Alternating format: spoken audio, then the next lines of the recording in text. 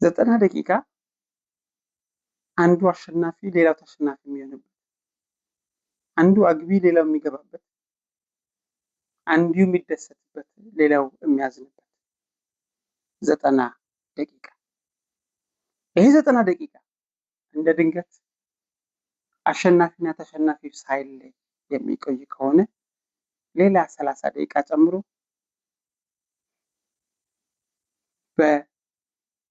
በሪጎሬ የሚያልቅ እግር ኳስ። ዛሬ ስለ እግር ኳስ ነው ማውራችሁ ወንድሞች። ሰላም አለይኩም ወራህመቱላሂ ወበረካቱ። እንደምታውቁት የዓለም ዋንጫ ዛሬ ከጀመረ 3ኛ ቀኑን ይዟል። በዚህ 3ኛ ቀን ውስጥ ምን እንደ አንድ ሰው ታዘብኩ፣ ምን እንደ አንድ ሰው ተማርኩ ከሚለው አኳያ እኔም የታዘብኩትን ኢንሻአላህ ለእናንተ አቀርባለሁ። እናንተ የምትታዘቡትን እንደው ቦና በዚህ ነጥብ ላይ ብትናገር ብላችሁ የምታስቡትን ኢንሻአላህ ከዚህ ስር ጻፉልኝ።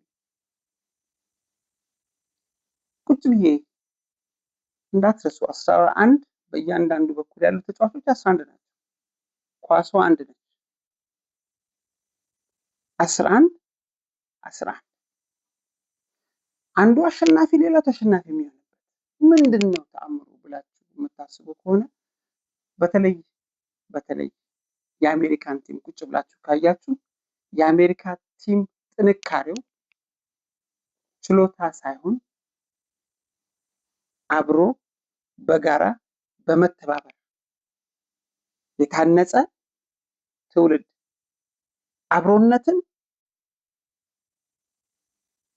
በአሸናፊነት በአሸናፊ አስተሳሰብ በአሸናፊ በላጭነት የበላይነት በሚል አስተሳሰብ የታነጸ ትውልድ ነው።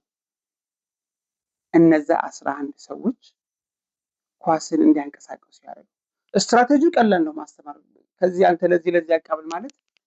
ችግሩ ግን ምንድነው? አብዛኛው ጌም ኳስ ከመጀመሩ በፊት ጨዋታው ያልቃል ብዙ ጊዜ። ምክንያቱም እነሱ እኮ በጣም ብለህ ገና ሜዳ ሳትገባ ኦልሬዲ ዲሳይድ ታደርጋለች፣ ጨዋታው አልቋል ማለት ነው። ግን አሜሪካኖች ምንድን ያደርጉት?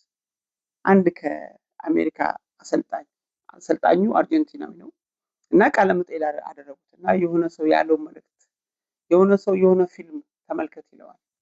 ያ ፊልም ስለ ሀኪ ነው፣ ሚራክል የሚል ተአምራዊ የሚል ፊልሙን ይመለከታል። ከዛ አንድ ትምህርት ቀሰመ ሰውዬ። ያንን ትምህርት ነው በተጫዋቾች ላይ በተግባር ያዋለው።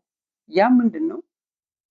አንተ ወይ አንቺ ምሳሌ እንበል ቤስት ወይ በጣም ቆንጆ ተጫዋቾች ናቸው፣ ችሎታ አላችሁ፣ አቅም አላችሁ።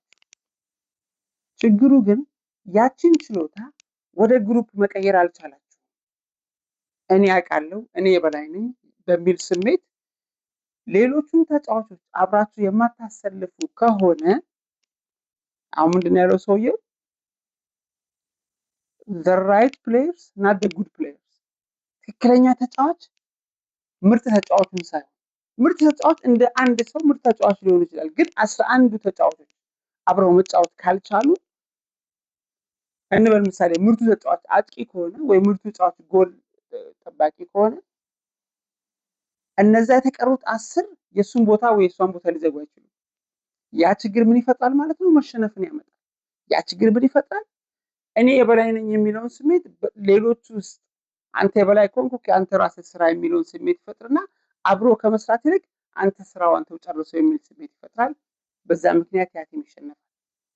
ግን የአሜሪካን ትክክለኛ የሆኑ ልጆች ዲፌንስ፣ ተከላካዮች፣ መሀከለኛ፣ ግራ ክንፍ፣ ቀኝ ክንፍ፣ ፊት፣ በረኛ አብረው እንደ አንድ መንቀሳቀስ የሚችሉ አብረው በኮንፊደንስ የታነጹ ኮንፊደንሳቸውን ስታዩት ደግሞ ለካ የሰው ልጅን እንዲያሸንፍም እንዲሸነፍም የሚያደርገው ሳይኮሎጂ ነው የሚለውን ወላሂ በእነሱ ላይ ታያላችሁ።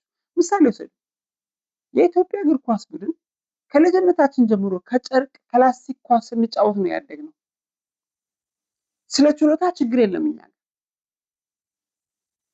ስለ ችሎታ አምሹር ምንም አይነት ችግር የለብንም። ችግራችን ምንድነው? አንደኛ ኮንፊደንስ ነው። ሁለተኛ እኔ ወይ ሲስተሙ ለምሳሌ ቤስት ተጫዋችን ሳይሆን የሚመርጠው በአስተዳደር ላይ ላሉት የሚመቻቸውን ብቻ ይመረጣል። እነዛ ሰዎች ናቸው ተጫዋች ብለው ሀገር ይወክላሉ ተብሎ የሀገር ባንዲራ ለብሰው የሚቆሙት። ያ ደግሞ ለሀገር ውድቀት ያ ደግሞ የሀገርን ስም ማጠልሸት። እነዚህ ምንድን ያደርጉት በተቃራኒ አለ የሚባል ተጫዋች ባስኬትቦል የሚሆን ፉትቦል፣ ሐኪም ይሁን የተለያዩ ሰዎች ታዋቂ አክተሮችን አምጥተው አናግሯቸው ነው የሚያናግሯቸው። የአሸናፊነትን ስሜት እንዲረዱ፣ አንድ ሰው ደግሞ የአሸናፊነትን ስሜት መረዳት ከቻለ የተሸናፊነትን ስሜትም እንዲረዳው መንገድ ይፈልጋል ማለት ነው። በዚህ ጊዜ ያ ሰውዬ እኔ የምመርጠው አሸናፊነት ነው፣ አሸናፊነትን ደግሞ እኔ የኔ ጥሩ ተጫዋችነት ቀርቶ ግሩፓችን ጥሩ እስከሆነ ድረስ በሚል ራሱን መስዋዕት አድርጎ ለዛ ግሩፕ ያውላል። the next thing is ማሸነፍ ይሆናል ማለት ነው። እስቲ እቺን ባህሪ የእግር ኳስ ነው። አንተ ወንድም፣ አንቺ እህት በራስሽ ህይወት ቀይር፣ ወደ ራስህ ህይወት ቀይር። እንዴት ነው አሸናፊ ልትሆን የምትችለው? ብትችይው ኢንሻአላህ የምናሸንፍ አላህ ያድርገን። ሐሳባችሁን ጻፉልኝ ከስር። ስለዚህ ነገር ላይ እኔ ታየኝ ደግሞ ይሄ ነው ብላችሁ የምትሉትን ጻፉልኝ። ወሰላሙ አለይኩም ወራህመቱላሂ ወበረካቱ።